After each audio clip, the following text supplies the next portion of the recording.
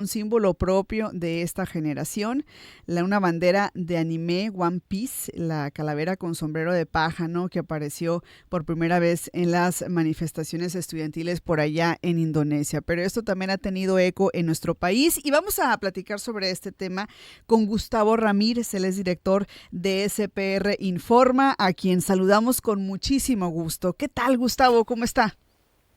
Hola Miriam, muy bien, muchas gracias, contento de platicar con ustedes, ¿cómo están? Muy bien, también por acá, un gusto saludarte desde Hermosillo y preguntarte, Gustavo, pues primero que nada, a ver, cuéntanos de la generación Z, es lo que estamos platicando ahorita acá en Cabina en la Mañana, ¿no? Que si quién es generación Z, que si quién es generación millennial, qué características además tiene cada una generación, ¿qué nos puedes platicar sobre la generación Z? Bueno, la generación Z son las personas que nacieron entre 1995 y 2010.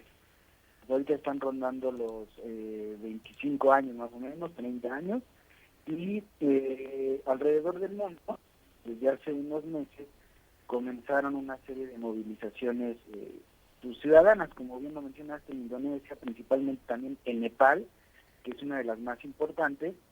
Y las características es que están muy frustrados con la economía y el devenir político de sus países, Ujú. ¿no? En Nepal, por ejemplo, el principal problema que desató esta frustración es que esperaban un crecimiento económico de las inversiones de China e India que estaban llegando a Nepal en infraestructura, en aeropuertos, en hidroeléctricas sobre todo. Sin embargo, este crecimiento no se dio, no fue un crecimiento repartido entre la población por muchos casos de nepotismo y corrupción que terminaron beneficiando solamente a la clase política de Nepal. Entonces el primer ministro de Nepal, el ex primer ministro de Nepal, cierra las redes sociales por una legislación que él promueve, y eso desata ya la frustración de la generación Z, no tanto por el cierre de las redes sociales, sino porque era donde canalizaban esta frustración económica y política la generación Z de Nepal, y explota el movimiento de la generación Z. Hay que decir también que en Nepal tienen una tasa de desempleo del 25% de la generación Z, y están migrando a ritmo de 1 millón de personas al año a Medio Ujú. Oriente o a la misma India. Están migrando a ese ritmo porque no encuentran trabajo en Nepal. Entonces, de ahí es como la primera vez que vemos el sombrero de paja de One Piece, que es este manga japonés, hace una referencia a oponerse a este establishment, a esa clase política que ha Ujú. empobrecido a esta generación. Ok, ¿y son las mismas razones las que motivan a la generación Z mexicana a convocar esta manifestación o varía, ¿no? Acá en México, ¿cuáles son las razones de la generación Z? Esa es una muy buena pregunta. En realidad, lo que hemos rastreado en Infodemia y en SPR Informa es que la marcha que se convoca para el 15 de noviembre, supuestamente de la generación Z, no está, o sea, no está detrás la generación Z de esta convocatoria. Lo que está detrás es un esfuerzo muy grande de medios de comunicación y de una estrategia de redes sociales por generar desde las redes sociales un descontento que termine en la calle con la generación Z el 15 de noviembre. Pero en realidad, detrás de esta convocatoria no está la generación Z. La generación Z sí tiene demandas en México, entre ellas, por ejemplo, lo que pudimos ver o lo que podemos rastrear en redes sociales. Hay un descontento, por ejemplo, con las condiciones laborales, exigen la reducción de las horas laborales a 40, están muy preocupados por lo que está sucediendo en Medio Oriente, en Gaza. Gaza es una de sus principales consignas políticas, equidad de género, y otro tipo de demandas, pero que no están presentes en esta convocatoria del 15 de noviembre, porque está instrumentada desde un sector político y económico que nada tiene que ver con la generación Z. Ok, entonces hay otros sectores, que sabemos entonces qué sectores o qué grupos o quiénes están detrás de este llamado. Sí, lo que pudimos en Infodemia y este Informa, lo que hicimos fue agrupar las cuentas en redes sociales que están promoviendo esta campaña, y pudimos rastrear que muchas de esas cuentas son o las reactivaron recientemente a finales de septiembre y de octubre, o las crearon por esas fechas. Entonces, la primera cuenta que encontramos es una de Instagram que se llama Generación Z25. Su primera publicación es del 28 de septiembre y en esa publicación comparten una nota de TV Azteca, de una reportera de TV Azteca quejándose del gobierno de México, todavía sin convocar a la marcha.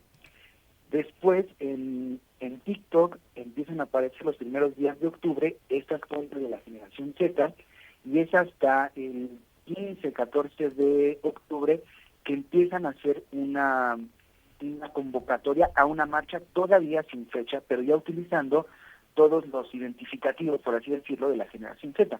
Esta bandera del anime de One Piece, y empiezan a activarse distintas cuentas ya en Facebook, sobre todo comunidades en Facebook, que nada hablaban de política, que por ejemplo hablaban de ciencia, hablaban de consejos de belleza. De repente, a mediados de octubre se empiezan a activar convocando a esta marcha y hablando sobre cosas de la generación Z.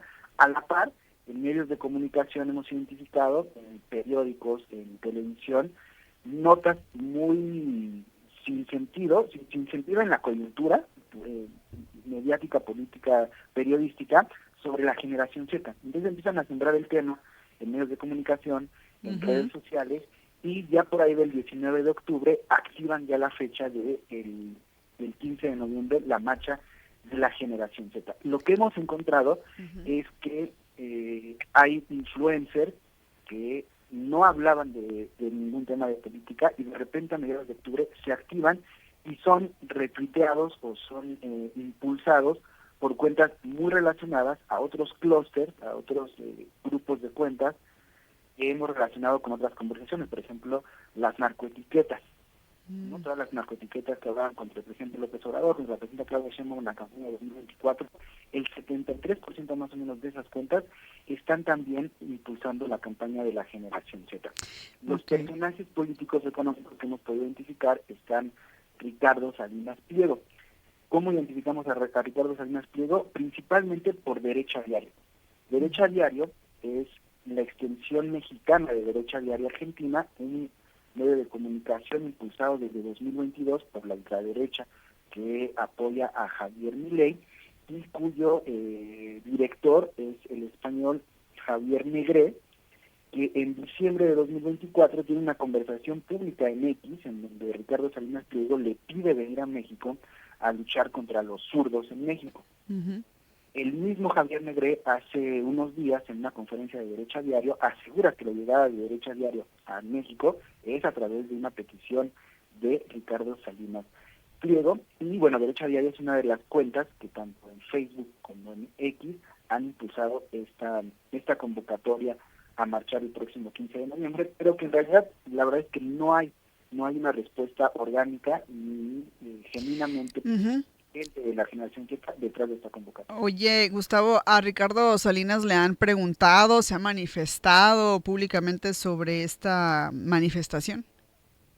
Sí, tenemos identificados varias conversaciones en X sobre todo y en retweets a los influencers que están impulsando esta campaña. Uno de esos influencers es Carlos Bello, es un joven tiktokero que es de esas personas que no hablaba para nada de política, su contenido era de otro tipo, pero el 3 de octubre acude a una conversación en la Cámara de Diputados en la que se hace viral por criticar al gobierno de México. A partir de ahí, Ricardo Salinas Pliego empieza a tener un intercambio en redes sociales con Carlos Bello y es quien, cada vez que Carlos Bello publica algo sobre la generación Z, Ricardo Salinas Pliego comienza a retuitear y a impulsar la conversación de este influencer, y además que también notas en sus medios de comunicación que hablan sobre esta convocatoria de la generación Z. ¿Por qué les llama la atención la generación Z? ¿Por qué enfocarse a ellos, a este grupo de personas para esta manifestación?